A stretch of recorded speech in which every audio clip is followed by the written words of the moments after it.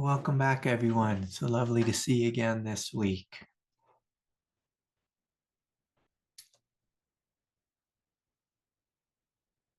Yes, I'm so happy to be able to meet in this way with each of you.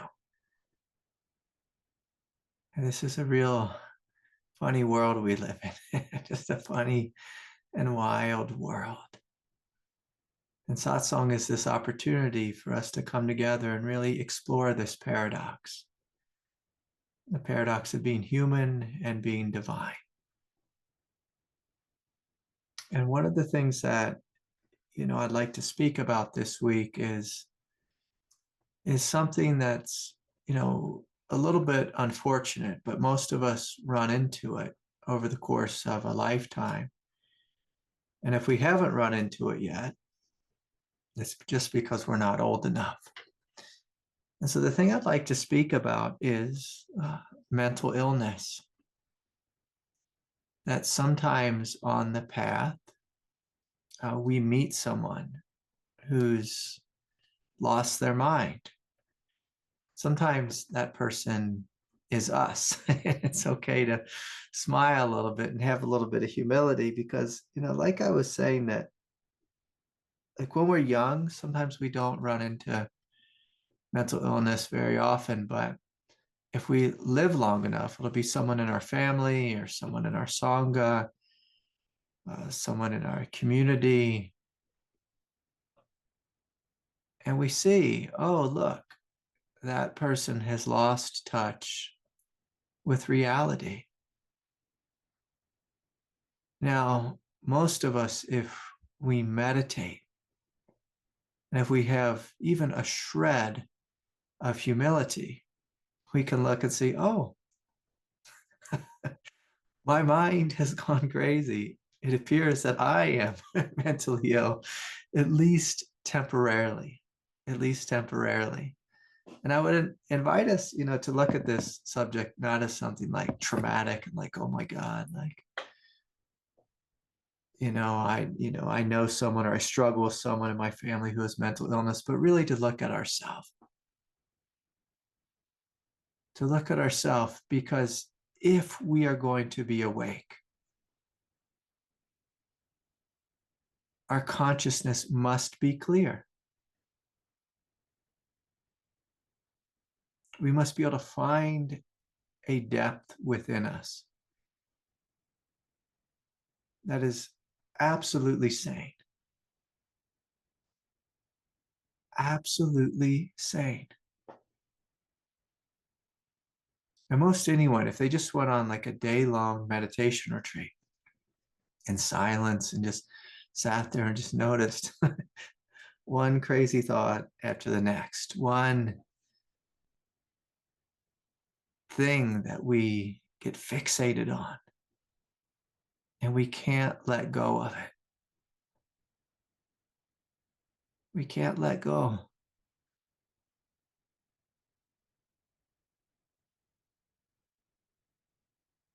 And in order to be awake, we must be proficient at letting go. And then be proficient at getting rooted in a quiet,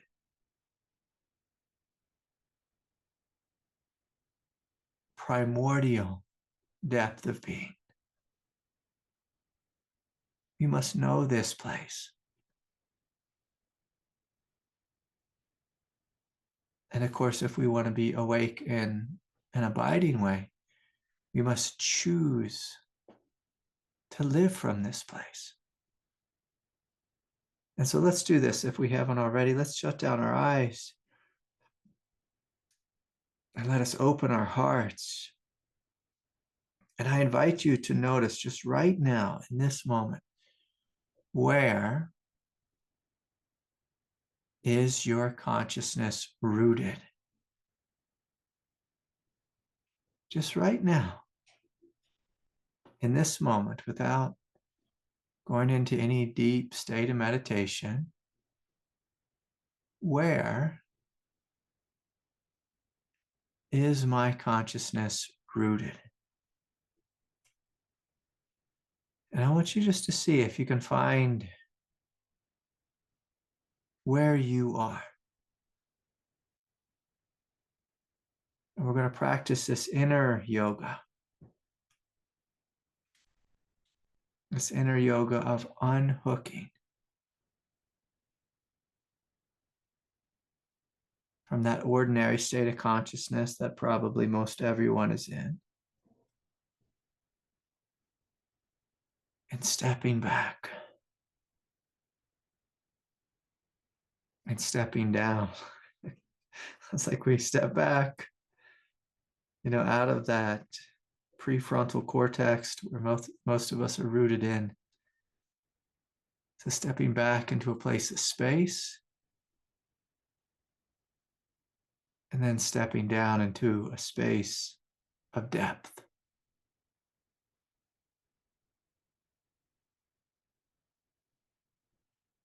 And just joining right here, right now. Rooting right here, right now. In a place of depth, in a place of stillness. That is awake and aware.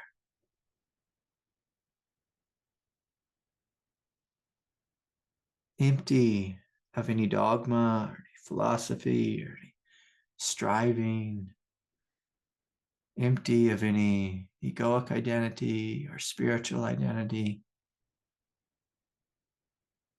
empty yet rooted.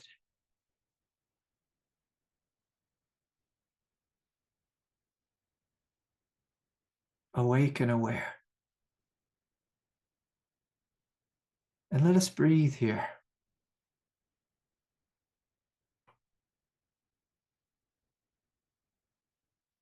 Let us root here.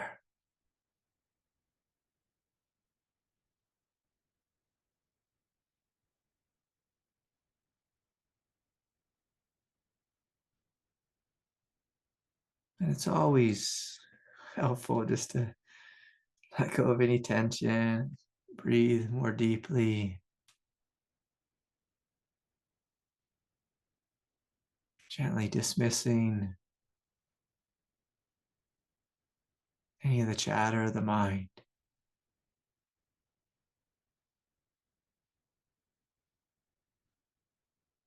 And coming down into your heart, your belly, and just rooting into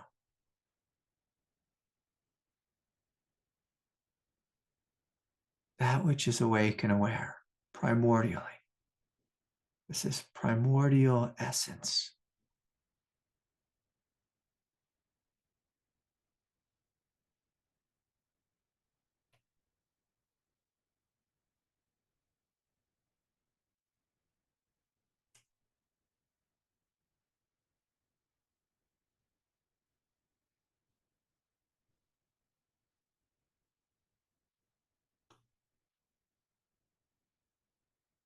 And just noticing the rise and the fall of the abdomen,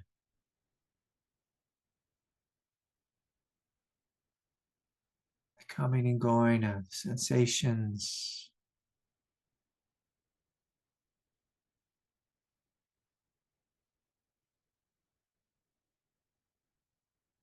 and being curious about this quiet sanity.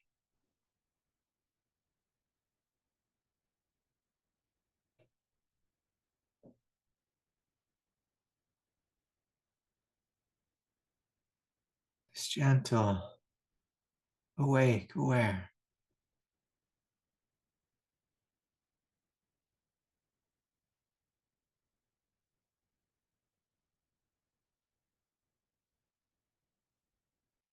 Non-dual essence.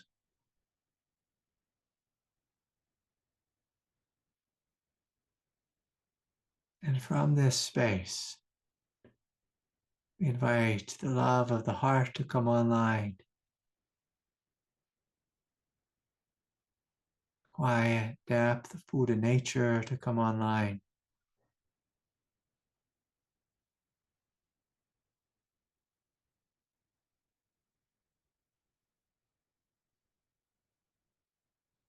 If you're sensitive, you can open your crown chakra.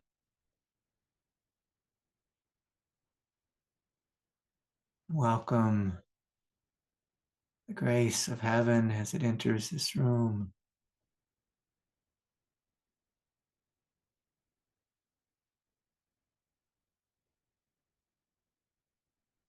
You can feel down simultaneously into the earth, feeling this quiet depth,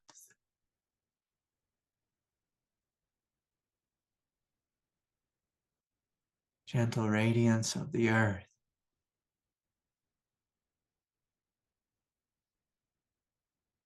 And I'm going to invite you just to be rooted here. Vast, spacious, empty mind. Just absolutely sane.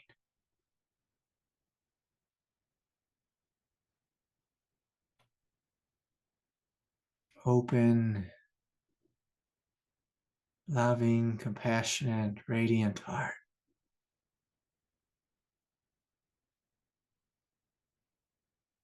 Just absolutely beautiful.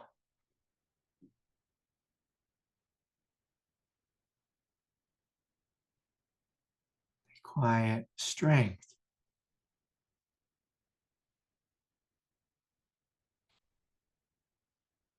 The space of the heart. A depth and okayness, which is good.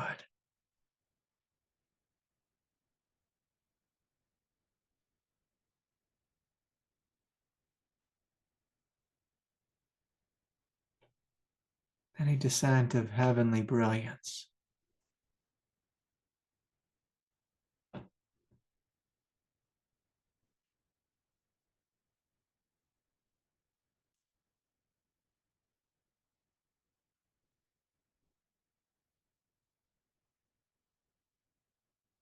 And from this space of being open, I'd like to ask you from a place of inquiry.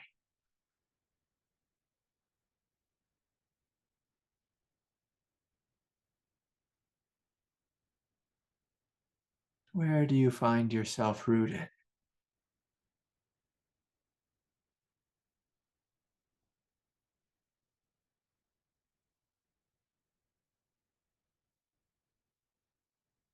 What is here now?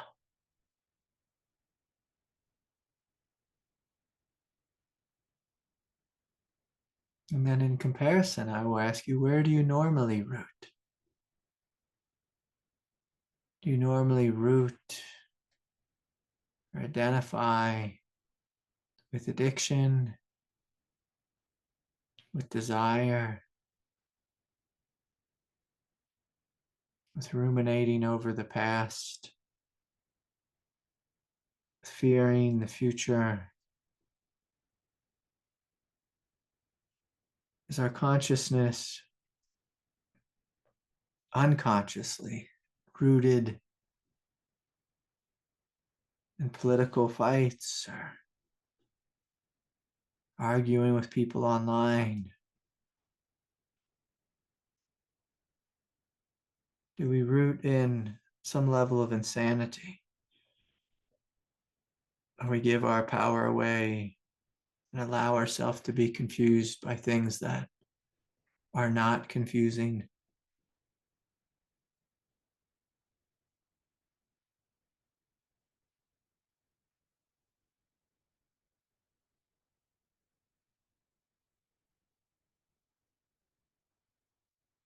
Are you rooted in sanity?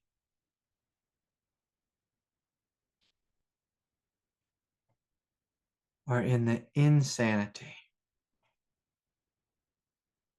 of trying to feed a hungry ghost within, or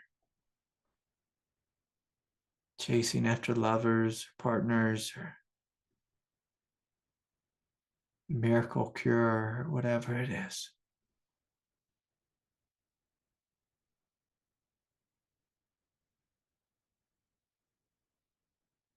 And in this moment, if you recognize, oh, I'm rooted in the truth, of my being, and it feels good, it feels true, it feels beautiful. And I'm going to invite you to set the intention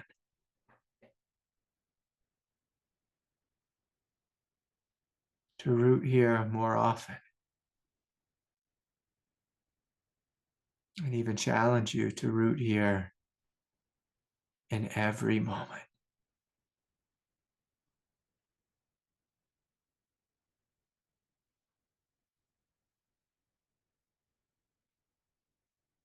And so I will ask you, what would your life be like if you awoke to the truth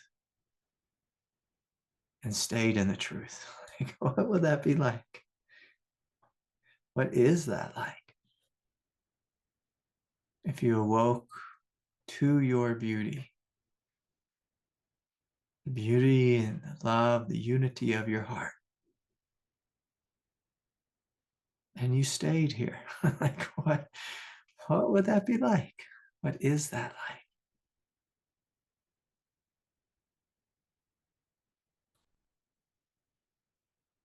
What would your life be like if you rooted in this depth and made the choice never to be crazy again?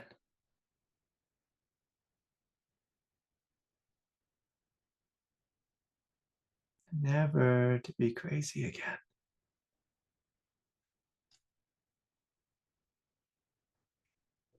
And so let us take a deep breath, let us smile, let us open our eyes, if you like. And I welcome you into this space.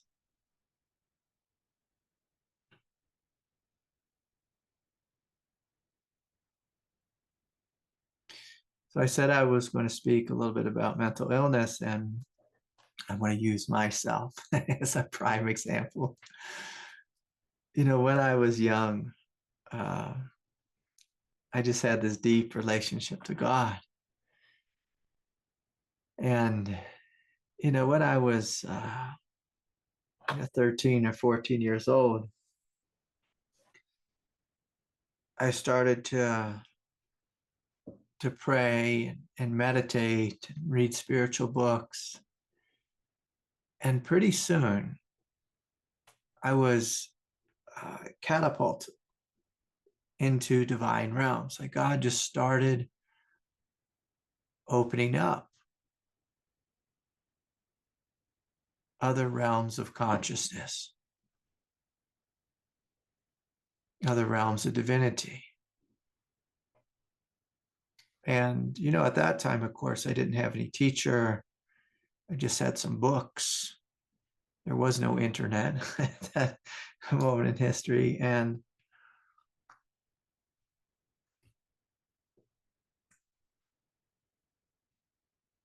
things got a little strange for me. You know, I started to, I'll use like some hippie terminology. I started to trip out a little bit on my own experience, because I would look out at the world, and the world would like start to breathe, and the world would expand into infinity. And I would begin to feel different states of consciousness opening within me, you know, states that were different than my normal everyday human consciousness. So when I was, you know, a young boy, I liked to be outside. I liked to play in nature. I liked to play with fire. You know? I liked to camp out, and you know, we were always lighting stuff on fire as kids, like, you know. So I was just, I like to, you know, ride my skateboard and build ramps and ride dirt bikes and do all this kind of, you know, daredevil stuff. But so I had this, you know, normal everyday consciousness. And of course, I felt very comfortable with that consciousness because I knew it. It's the consciousness of the body, of the conditioning. But then this other consciousness would just flip on. It was like God would flip a switch. Even when I wasn't meditating, I'd just be out walking or in my room listening to some music. And it was like this switch would get flipped. And colors would be brighter. The world would be more expansive. And my everyday human consciousness became a little nervous, became actually a little bit frightened, like, and it used to say, I'm going crazy. I'm going crazy. I'm going crazy. And I would say it again and again and again because it's like my human mind was losing control and this different type of consciousness was taking over. And of course, all of us in this room have had experiences like this. And if we stay rooted in our human self and fear our spiritual nature, and then we go and say, see a psychiatrist, they might be like, hey, I think you're going, you're slipping into psychosis, you're slipping into bipolar disorder, you're slipping into schizophrenia or something. You're having an episode of some sort, and this is, we could call this mental illness.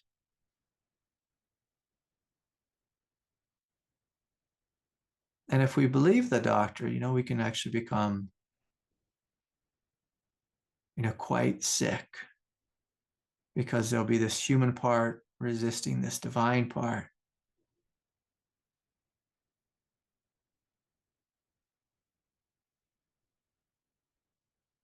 But if there's something within us that can trust that it is okay to open to something greater. And as we open to something greater, if we give ourselves permission just to leave our mind at the door and enter this new realm without our mind,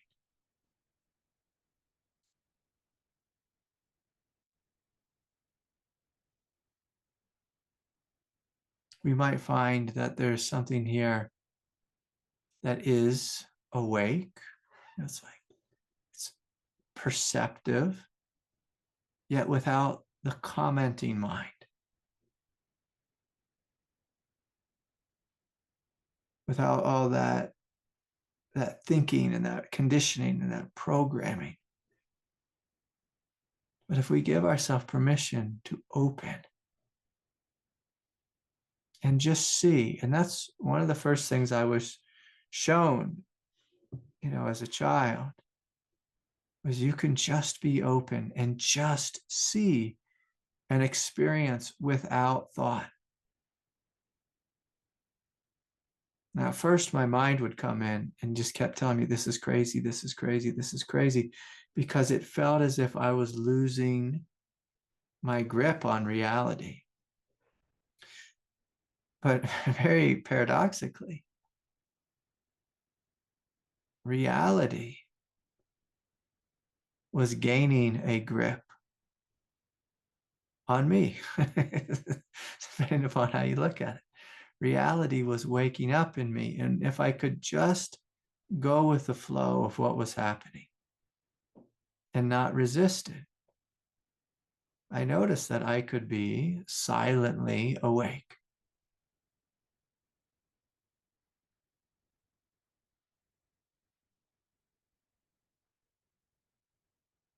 And with this awakeness,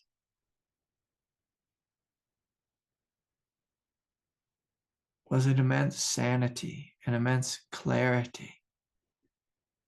And when I would look back at the human mind, I was like, oh my God, that thing is crazy. That thing is crazy. That human mind is crazy.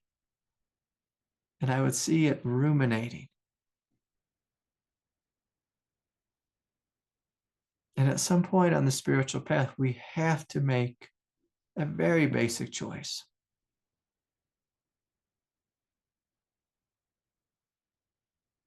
This is very basic choice. Am I the one who sees, who hears, who perceives? Am I the one who is awake and silently radiating love? Or am I the one who's ruminating about something that happened in the past? Am I the hungry ghost that's trying to complete itself with ice cream? Like, am I that one? Just trying to stuff itself full of food so it can feel whole? Or am I wholeness itself without name or form? And that's a funny thing to say, like, am I wholeness? Am I unity itself without name and form? Like, which one am I? And at some point, like, we have to choose to get rooted in one or the other. Now, most of us, we don't choose to get rooted in our thinking mind. We unconsciously root there. We are conditioned to believe we are a name, an age, this body, this form. People are obsessed with gender now. I'm this gender. I'm this, I'm that. I'm my job, my career, my vocation. A lot of people, like when they're in high school, they get fixated with which group they're in. And when they're getting near the end of high school, they're wanting to hurry up and find a college that they can identify with.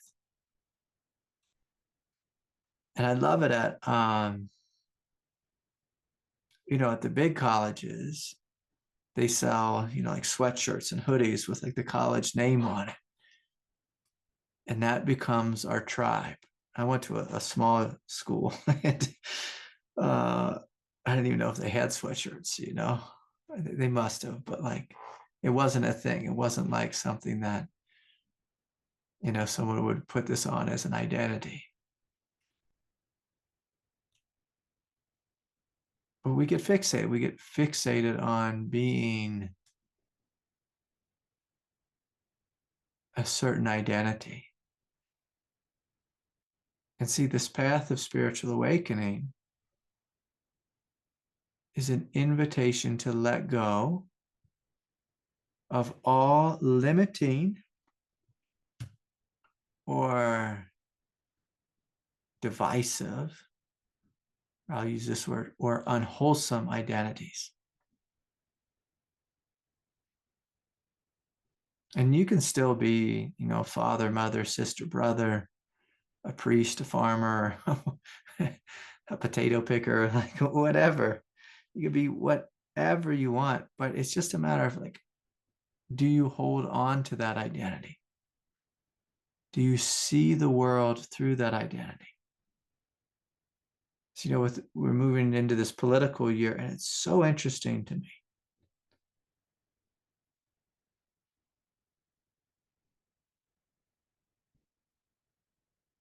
How two people could grow up in the same house, and let's say they have the same experience, but if each of those two people has a different political identity, one on the right and one on the left, they see the world so differently. It's the same world. Mr. Biden had his State of the Union address, and it's like the Democrats see the world one way, the Republicans see it a different way. I want to know, if you're awake, how do you see the world? How do you see the world when you're awake? Without the filter, of politics? How do you see the world without the filter of age? How do you see the world without the filter of I'm the best, the most worthy, or I'm totally unworthy, I'm so unworthy, there's no place for me? Like, how do you see the world? Can you see the world without the filter of worthy or unworthy?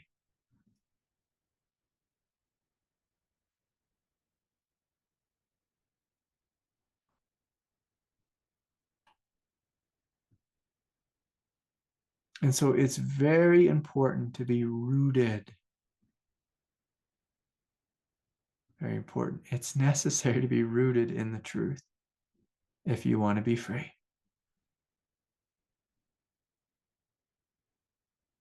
And by the truth, of course, I mean your divine nature.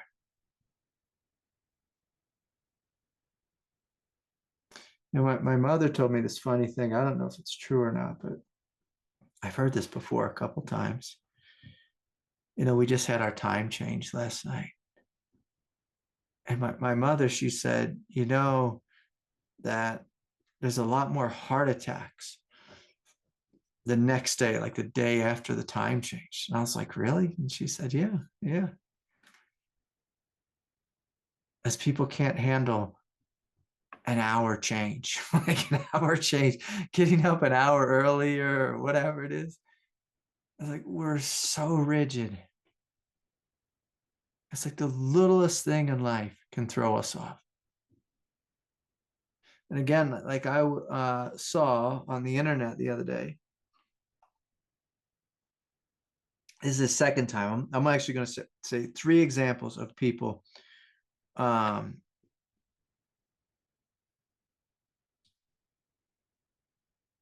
you know, twice I've seen videos of people who've thrown plastic water bottles at another car in traffic, you know, like due to road rage.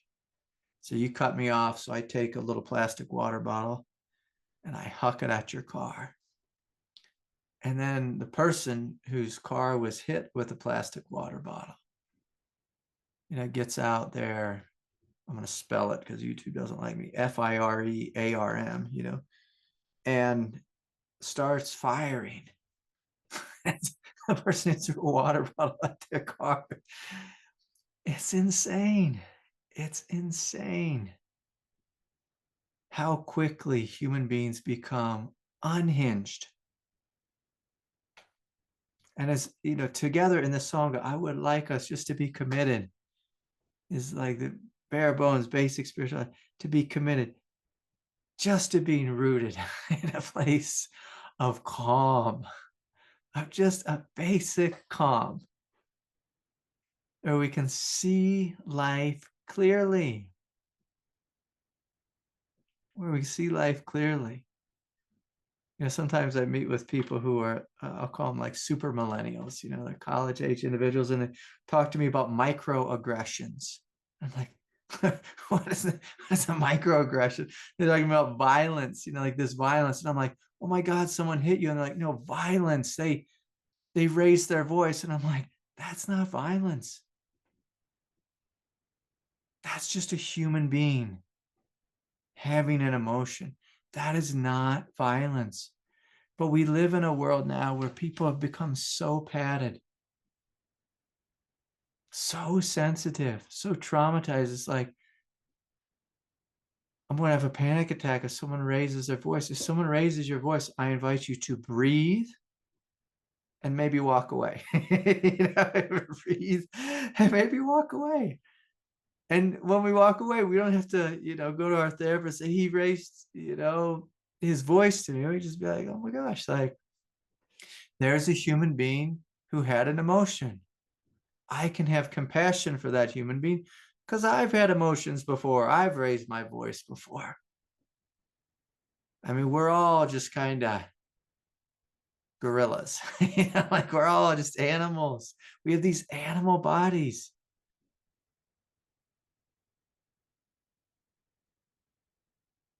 And we're surrounded by animals. This is the animal world. We are a part of the animal kingdom. And yet we are also a part of the divine kingdom. This is quite a paradox. And so while we have this experience of having an animal body,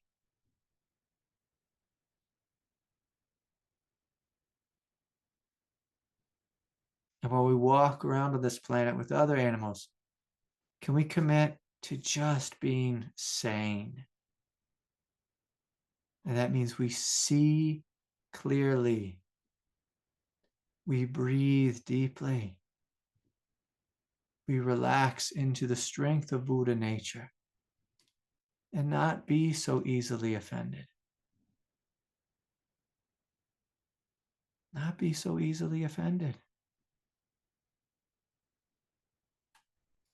And if we are so easily offended, can we find that place within us? And can we take the time to meet that place with love, with clarity, and then help to connect that place to a quiet sense of strength and power?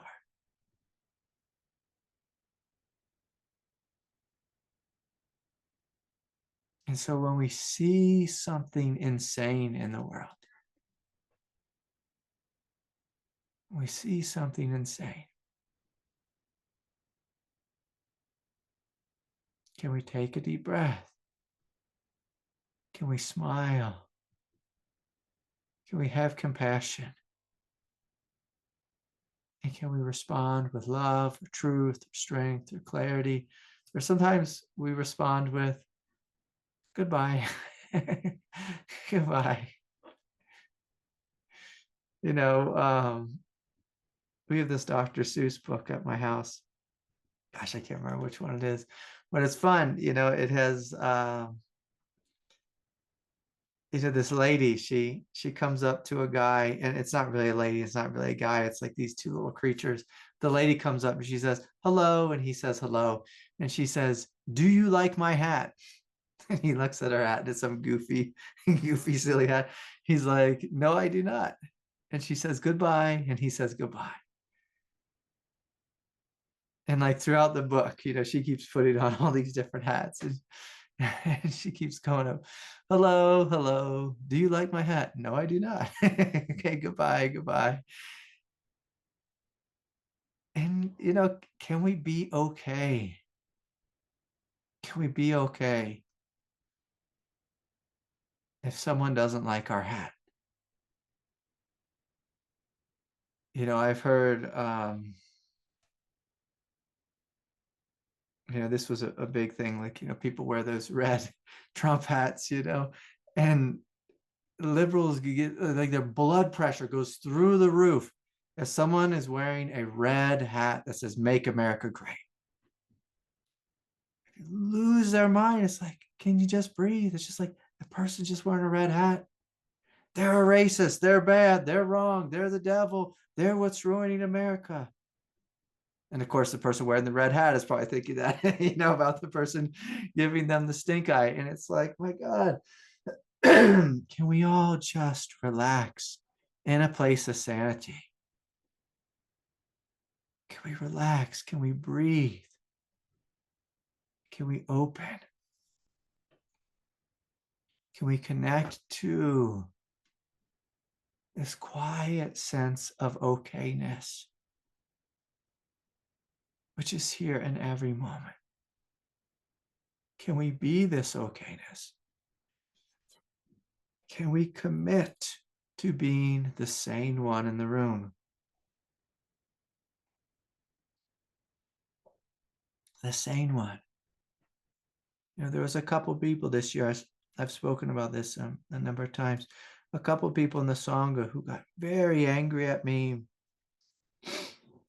because I was the,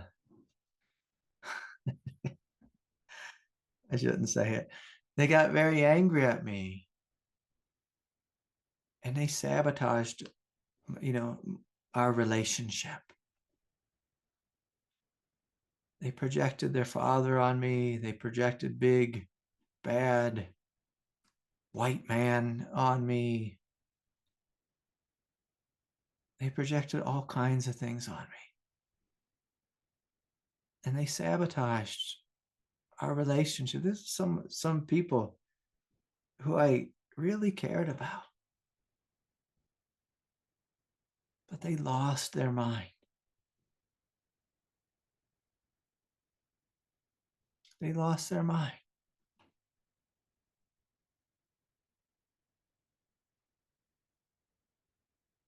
And it's one thing, when we lose our mind with something crazy and chaotic that's going on in the world, just like politics in this country. It's so easy to lose our mind because it's so crazy. The system is so corrupt, so crooked in every different way. But I think that's politics everywhere, everywhere in the world. It's just a mess. We so quickly engage and give our power away and lose our mind instead of just stepping back and saying, oh my God, like this is crazy. This whole game is crazy. And when we see the whole game is crazy, we can have compassion for the right or the left or the up or the down or this way or that way. We can have compassion. We can have compassion.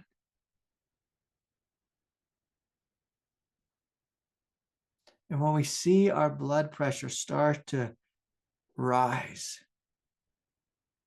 unnaturally, it gets like really high over something little, that's a good time for us just to stop and breathe and look.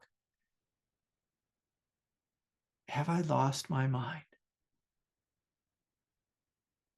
Some people, they do this dance where they plead for help. And then you go to help them. And then they slap you in the face. That's a fun game.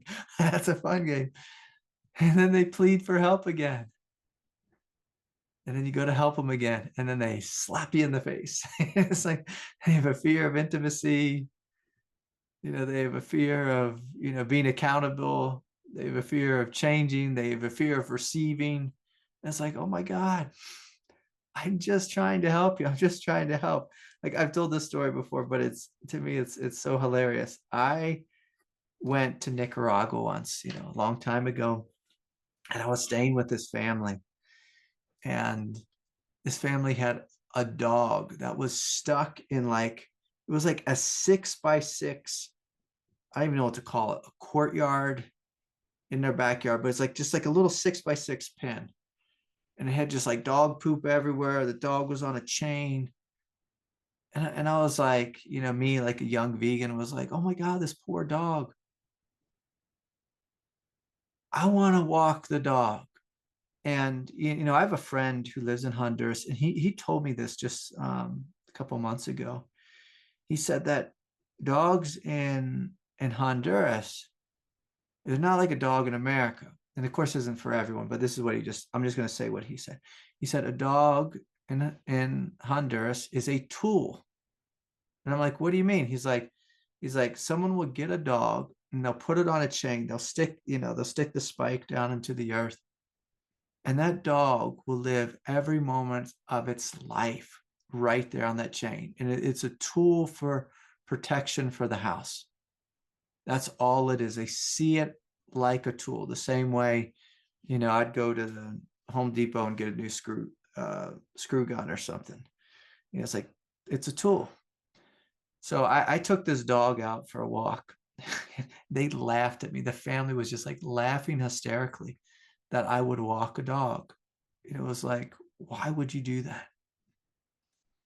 And I got the dog, on a leash, and I tried to take him outside. In every direction, he was barking and biting at things and like peeing and pooping all at the same time. Like his dog had no idea what to do with himself.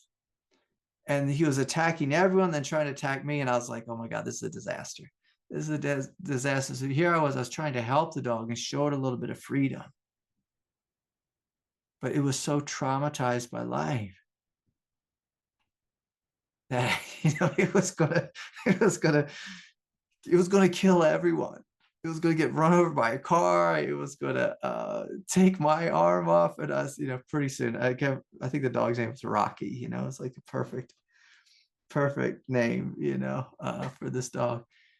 And this poor pit bull. I brought him back. I was like, I don't know what to do, and they were just laughing at me the whole time, just laughing at me. And see, like sometimes the family we're in is insane. The environment is insane. Sometimes the country or the cultural values are like is insane. Sometimes it's all insane. And when we wake up, there's this experience that we have, which is quite lonely, where it's like, I am standing here, awake and aware,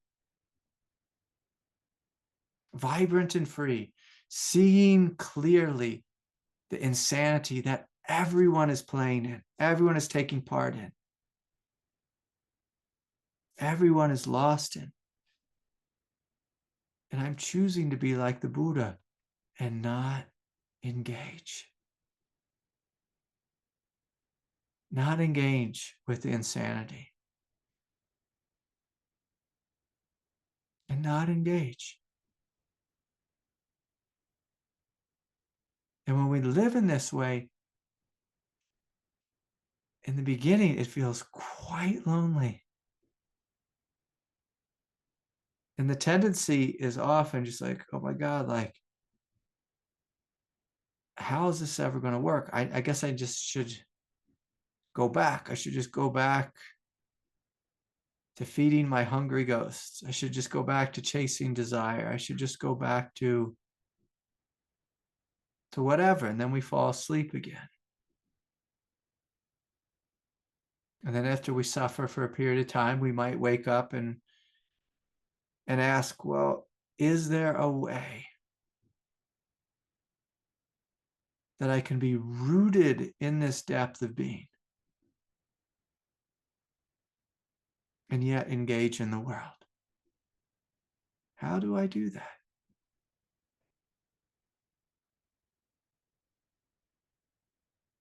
And so then it becomes this moment by moment inquiry of who am I? I am the awake one. And how shall I live? How shall I live in this world? How shall I live in this insane world? How shall I live? And if you pick up your mind, your thinking mind, your egoic mind, your conditioned mind, well, you just go back to sleep.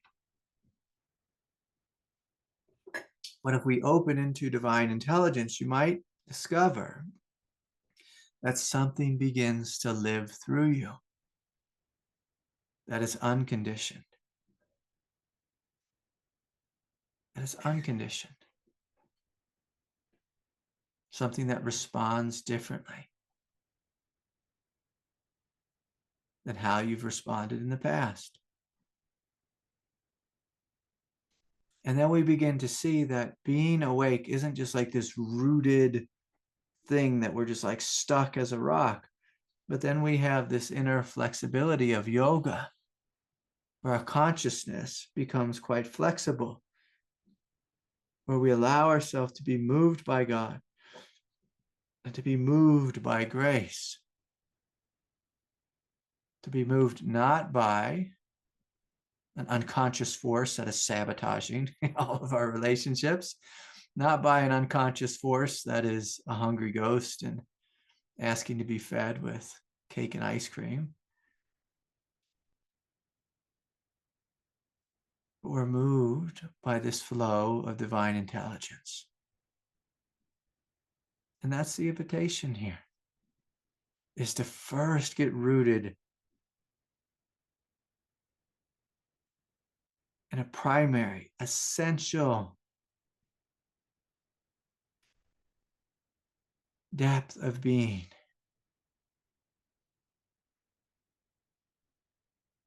And it's just sane. It's just sane. Can we just start with being sane?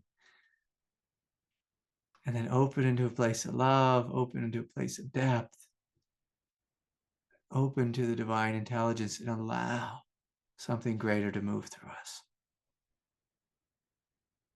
That's the invitation here. Okay. So a number of emails that came in, so I'll get to those. If anyone has a question, you can raise your hand. I see Jan has her hand raised, so I'll do this question first.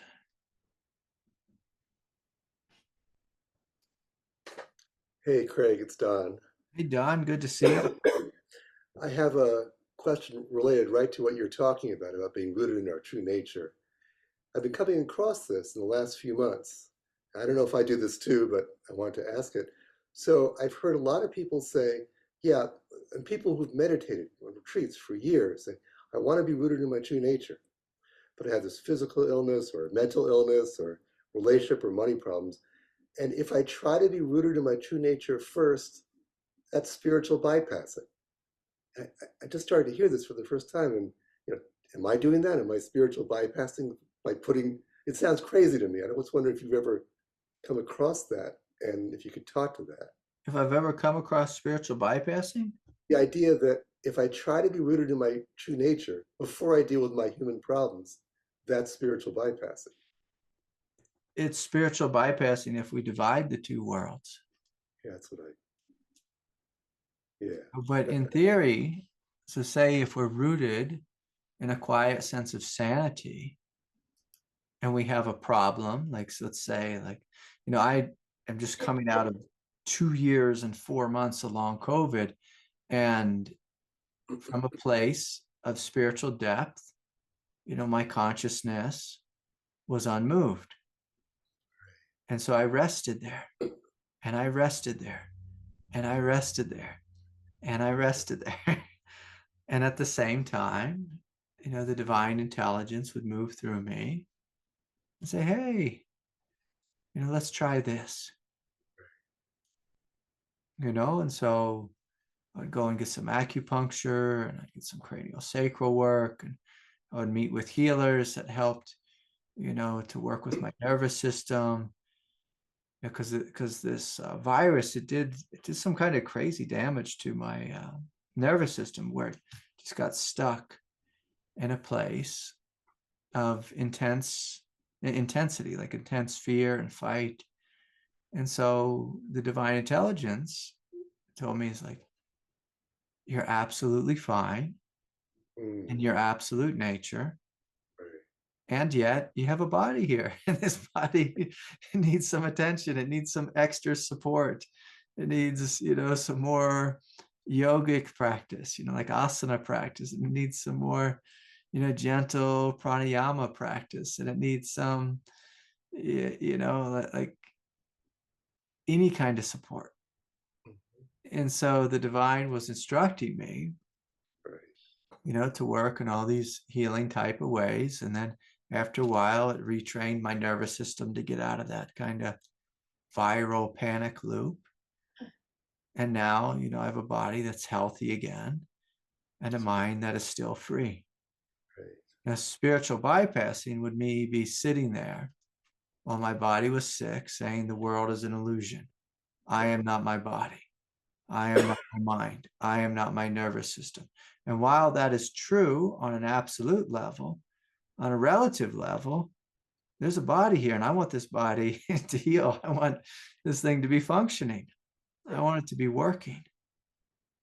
And so we honor both. We honor both, of course. And so bypassing is just when we honor our divinity, but not our humanity.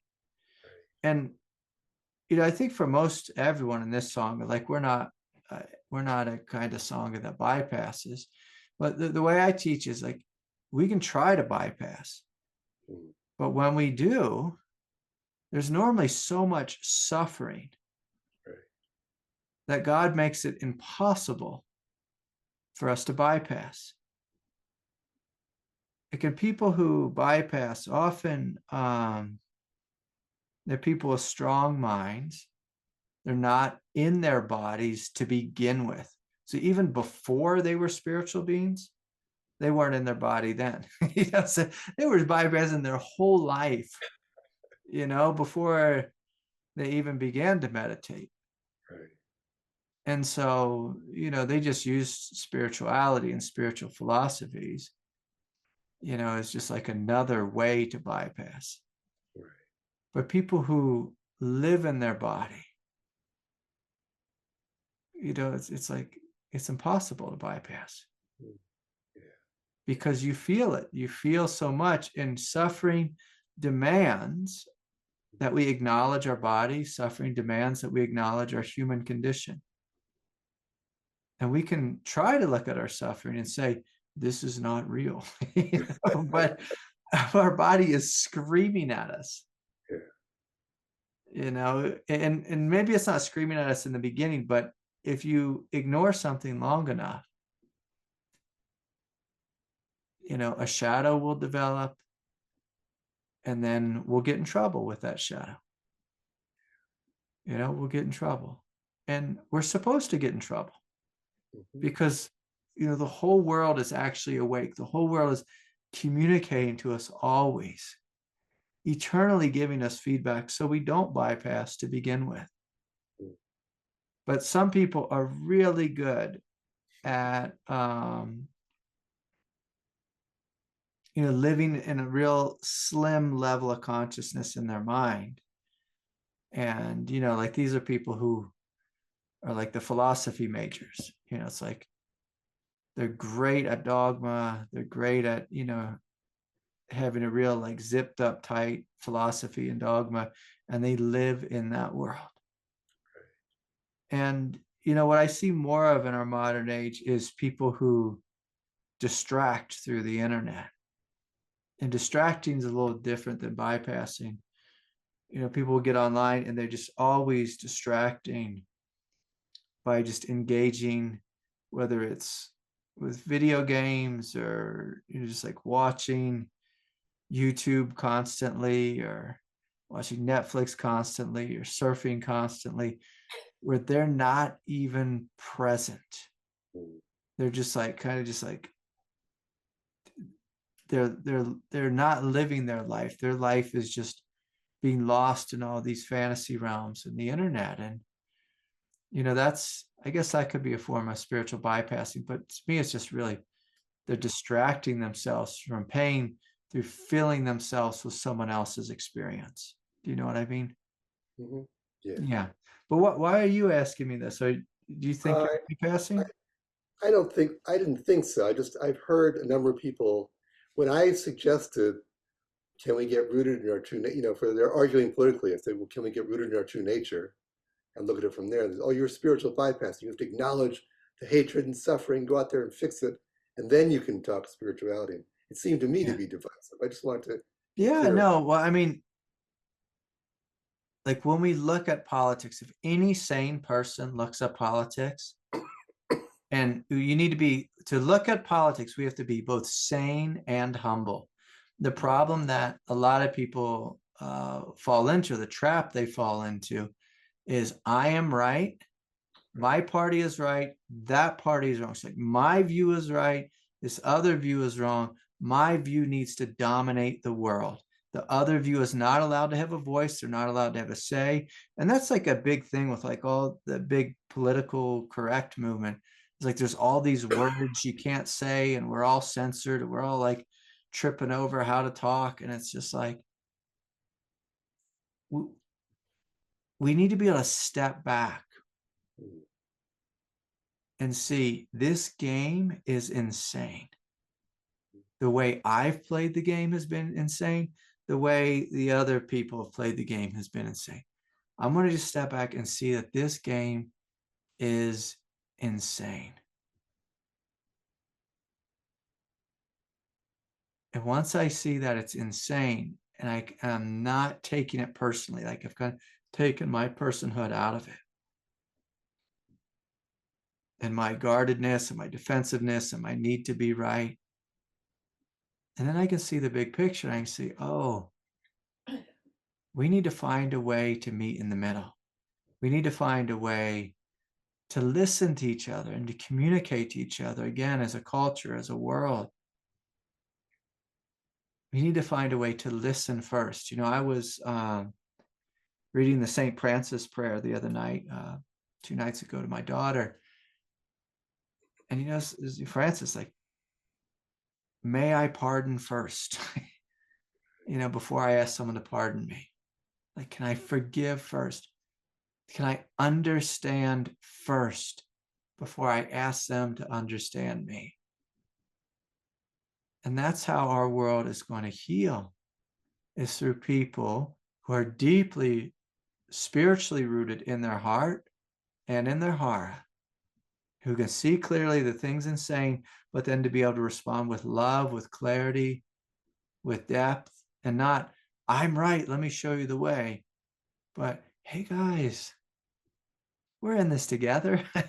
Let's listen. Let's listen to each other. Let's see if we can find some common ground. Let's see if we can find some unity. Let's see if we can get on the same page with something. Let's build some relationships and start here. But it's not going to work through, we've tried, I'm right and you're wrong since the beginning of politics. And it's like, this way doesn't work. It makes us hate each other. Yeah, you just made me remember. I remember stories of Jews in concentration camps who actually were able to reach their German guards by saying what you said. Listen, we're here together. We're human beings. Yeah. We're human beings. We're human beings. And, Gandhi did this when he was in prison. Right. When Gandhi was in prison, the guards would just sit and talk to him, and they loved him. They're just like, geez, we love this guy. He's great. He's great. And Gandhi, when he was in prison too, some of the time he didn't even resist being in prison. He's like, I kind of like being in prison. There's the meals are brought to me. It's kind of just like, I get all this time where I can meditate and be in silence. I'm not bothered so much with the busyness. And so he didn't even fight that. It's like, how wonderful. How wonderful. And he chose, sounds silly, but to fight in a way just nonviolent. And he chose to go and meet, with British members of parliament and say, okay, I'm just going to talk to these guys. I'm going to talk. I'm going to see what happens if I talk, if we listen. And so, the problem with when we're trying to talk politics with people, it is so hard for people to let go of their identity, their political identity. They hold on to it. People are willing to die for their political identity. And so if you try to invite them to let go of that, they're going to use anything sophisticated to blame, to judge, and attack. If they're really, if they're spiritually sophisticated, they might, oh, you're bypassing. You're bypassing. But it's like, no, I'm trying to invite us into a place of love first. Right. And to love first, because, then we can actually have a conversation where we hear each other and we actually are trying to work for change, which I think is what politics is about, trying to work for change. Yeah. But instead, it's like, my party wants to have all the power and assert my will and my rule onto, these people. And it's like, that's never going to work. It's never going to work. Thank you. Yeah. Beautiful. Good to have you, Don. All right. Yeah. Okay. All right. Hi, Craig. I struggle with taking action and have lots of self-doubts and blocks when it comes to taking steps towards sharing my gift, which require me being seen. I also sense that I'm putting too much pressure on myself around this. Where to find balance between patience and taking action? I experience a contraction of personal will around this, and that is not the way I want to move forward. Thanks. Hi, Craig. I struggle with taking action and having lots of self-doubts and blocks when it comes to taking steps towards sharing my gift. Yeah. One of the things that I've seen so often with people when they're when they begin to imagine sharing their gift, they see it as this huge step forward. And they make too big of a deal out of it. Like a lot of us could benefit from first acknowledging whatever your gift is and just seeing if there are some small ways that you can share your gift. Just some small ways that you can share your gift in the world. Ways that don't have to be, immense and public, where everything's on the line and, we're going out to the whole world and saying, hey, I am a healer. I am the savior. I am now, Satguru meditation teacher, whatever. Like, can you just share your gift a little bit and get comfortable with it? And it's one of the things that we forget is this is an evolutionary world. And in an evolutionary world, we have to make all these developmental steps. Most of us, we don't just,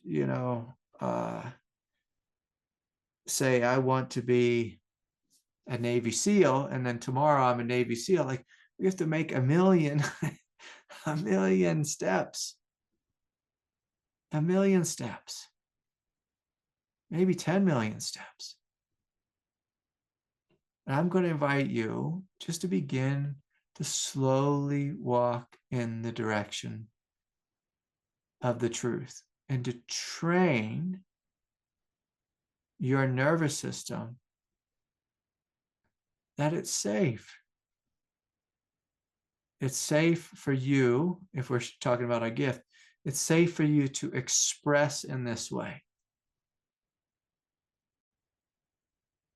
Now, I can tell you something. My little girl, she wanted to be in the talent show at school, and she's like, Daddy, I want to get up there and I want to sing Lollipop. It was that song. It's like that 50 song. Lollipop, lollipop, oh, lollipop, lollipop. And so, and I was like, okay, like, sweetie, like, you've never taken a singing class, you've never been really in music or choir or anything. Like, you want to do what? Like, that's a big deal. And she's like, I want to do this, Daddy. And I'm like, okay, we're going to practice every day. And so we'd go on YouTube and we'd get the karaoke and she'd sing and do the little dance and this and that. And, she screwed it up 800 times. And I'd have to press stop and restart and stop, restart and stop and restart, and I'd correct her until, like, hey, I got to get the beat right and this and that. And, she worked with it and worked with it. And then, first she was singing for me and then me and Mom. And then we'd bring the dogs in the room. Me, Mom, Toodles and Buster. And then, we'd get my mom on the phone, her grandma. And so she'd have a little audience. And then we'd have some friends over and she'd sing. And then eventually, a month later, maybe 6 weeks later, I can't remember, but she got up on the stage. I was really scared. And she stood there, and it was her big moment. And then she sang. She sang, and she did great.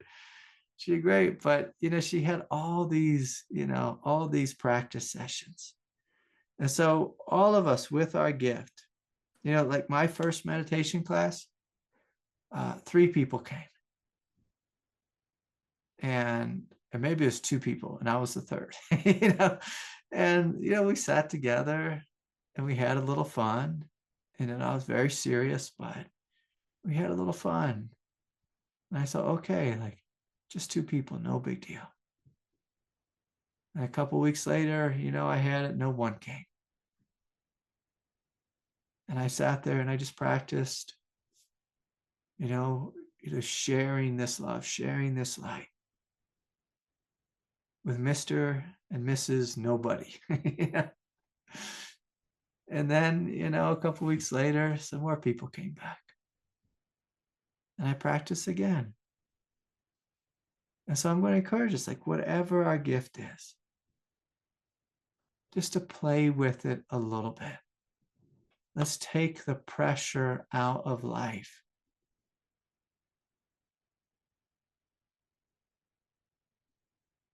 They're giving ourselves permission to play here on planet Earth.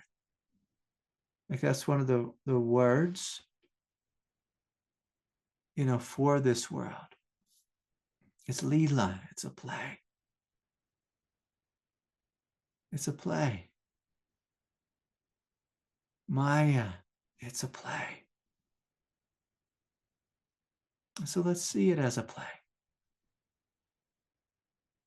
And for the places inside that can't see it as a play, we need to breathe deeply into these places and gently challenge them. Gently challenge them with this basic truth. It's okay to be human. It's okay to fail. Like this is a world where we grow through failure.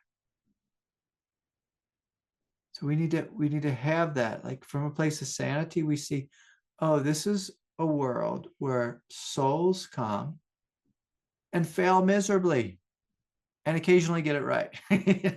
We fail miserably and we occasionally get it right.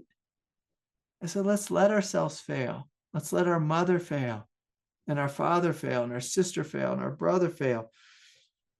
There are these individuals who left the Sangha this last year. They wouldn't let me fail. I had to be perfect according to their perfect view of whatever it was. And I don't even think I could have pulled that off. I think they just were projecting their father on me. But we need to see this world for what it is. That this is a world of failure. And then we occasionally we get it right. When we think, oh, this is a world, because like if you look on the internet, people post the things that are going right in their life. My wife did this really funny thing to me. Forgive me if I said this last week, but we had a friend who started posting things on Instagram with one of these filters on. And so my wife came and she was like, hey, look at so-and-so. And I was like, oh, wow, look at her. Like she looks all done up. Like she got a lot of makeup on. And my wife's like, no, that's a filter. Then my wife turned the filter on her phone and like had it on like in a live mode. So she was showing me her face on the screen. And I was like, oh, wow, that's kind of different. That's kind of different. Kind of like airbrushes you into this beautiful tan skin tone. I don't know how it does it. But anyways, we see all this stuff that's posted online that is seemingly perfect. But if we look out at the world, it is not perfect. This world is messy. I mean, my God, we're still killing each other. We're still bombing each other. We're still like what the United States do. We're giving weapons out for war, and then we're giving weapons to one side and food to another. I'm like, what kind of situation is this? We'll blow up your house, then we'll feed you. Like, how about that? If you're still alive, or we'll give someone else bombs to blow up your house, and then we'll feed you. It's like, it's insane. It's insane. And so we have to realize like that place within us that has all this pressure and has this idea of perfection, or I can't screw it up. Let me tell you, you can screw it up. It's okay to screw it up. You're supposed to screw it up. God wants you to fail. Because the beautiful thing that happens when you fail is you begin to realize, oh, I'm okay. I'm okay. If you come and see me at jiu-jitsu every day, I fail every day. Every day. I fail terribly. And I realize it's okay. It's okay. And when you fail, it gives it gives your consciousness an opportunity to learn. So I had this fun experience with this big. It was really funny. So a big Ken doll kind of fella came to jujitsu the other day, like big muscles, perfect body, perfect hair, 20 something years old, former college wrestler. And, I said the same thing I tell all these guys. I'm like, look, I'm almost twice your age. I'm old. I'm injured. Like, let's just go like nice and easy. And he came at me just like, boom, like as hard as he could, college, wrestler type of guy. And I was like, hey man, like, let's just slow down a little bit, and, and if you slow down and you follow me, I can teach you a couple things. And he's like, okay, okay, okay. And then, he got up and he just like came right at me again, the same way, didn't listen, didn't hear a word I said. His fight or flight was just like 100% on, or his fight was 100% on, not his flight. And he just pinned me down on the ground, and I was like, okay, what are you going to do now? And he's like, and he was like breathing hard and sweating profusely. And he was probably 50 pounds heavier than me. And he knew how to pin me down, because that's what they teach you in wrestling. I grew up wrestling. That's the point. It's like you pin someone down. But in jiu-jitsu, it doesn't matter if you're pinning someone down. Like, that doesn't do anything. It's like, now, I'm like, now try to submit me, like try to strangle me, try to put me in an arm bar. So he's like, I don't know how to do any of that stuff. And I was like, okay, well, like I can teach you some of that stuff, but you have to be willing to fail. You have to be willing to let go of what you know. And he was unwilling. He was unwilling. And so he just sat there using up all his energy. And I was just kind of laying there, and I was breathing normal, fine. I was smiling. And the professor came by and I was just smiling, at her. And, and she saw me she was laughing because he was trying so hard, but he didn't know what to do. And so often we struggle because we're stuck in the past, or we have pressure about how we're supposed to perform in the future. But we have to be willing to let go and to fail. We have to be willing to be childlike and learn. And this is having, what I call like a yogic flexibility of consciousness. Not flexible, like I can get my heels to the mat and downward dog. That is totally irrelevant to the path of spiritual awakening. What's relevant is that your inner consciousness is flexible. And when we're creating pressure in ourselves, we're creating an unnecessary state of suffering. Where it's this idea that I need to be perfect, I need to know, I need to do it right, I need to perform a certain way, versus giving yourself permission to let go of all that steam and say, I'm going to play with life. I'm going to play with another human being. And when we play, we can learn. Like if you ever I saw this beautiful show, I can't remember what it was, about pumas in Patagonia. And the cats, like the young cats, young pumas, they play and they wrestle. And that's how they learn to hunt. They learn through play. And if we're going to be a spiritual teacher, or we're going to be a therapist, if we're going to be a healer, if we're going to be a singer, a dancer, or whatever, great yogi, sometimes we have these ideas of perfection in our consciousness. It'd be a lot better if we just started with, I'm going to play a little bit. I'm going to play with words. I'm going to play with invitations. I'm going to play with invocations. I'm going to play with prayer. I'm going to play with inquiry. I'm going to play.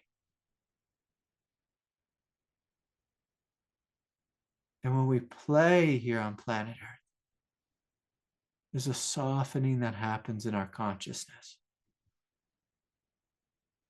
But if we're in any kind of egoic rigidity, we are going to suffer from our own creation. Like our own creation of, I need to be perfect. I need to be perfect. Our own thoughts is going to drive us mad. So anyways, a beautiful question. Okay, one more, and I'll see if we can cut everyone loose here. Hi, Craig. How does someone in a state of Kundalini awakening navigate the real world issues of trying to reestablish a career while surrendering to the belief that the universe is doing its work in the background to help me? It's hard to know how to be both in the everyday physical world and the spiritual world simultaneously. When I am focused on reestablishing a career, I see no signs of God or spirit as I network with the worldly people I connect with.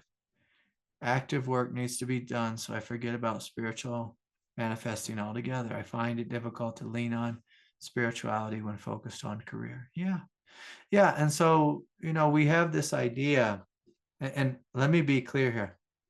I had this idea that God is in heaven and God will not support us here on earth.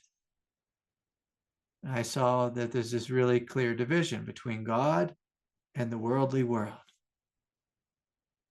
And this division is simply that. It's a division that's made up in our mind. There's not a single thing true about it. This is God's world. It's only the arrogance of our human egoic mind that thinks this is our world. This is our world. This is not our world. This is God's world.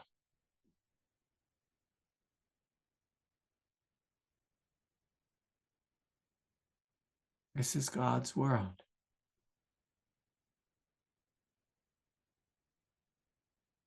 And so if we start with this belief in division, we will see division. The same way, if you start with a belief that Joe Biden is bad, everything he does will be interpreted as bad. If we start with the belief that Donald Trump is a raging lunatic and everything he does is wrong, we'll never be able to see the things he is right about. We'll never be able to see it.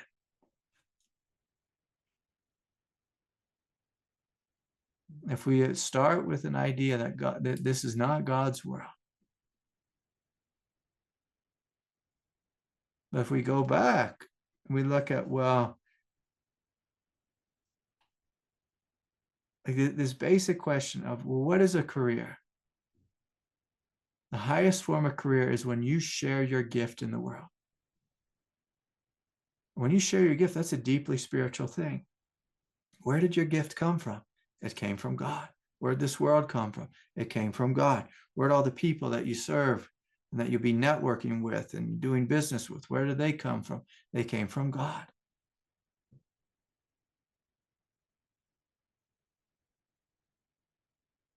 And so if we try to take God out of the world, we'll find, it's really hard. It's really hard to be spiritually focused, because we're basically looking out at life saying God does not exist here. Whereas when we're spiritually awake, we say God exists here. God exists here and here and here and here and everywhere. Omnipresence, omnipotent, throughout creation, as creation. And so, we have to be careful with our limiting beliefs.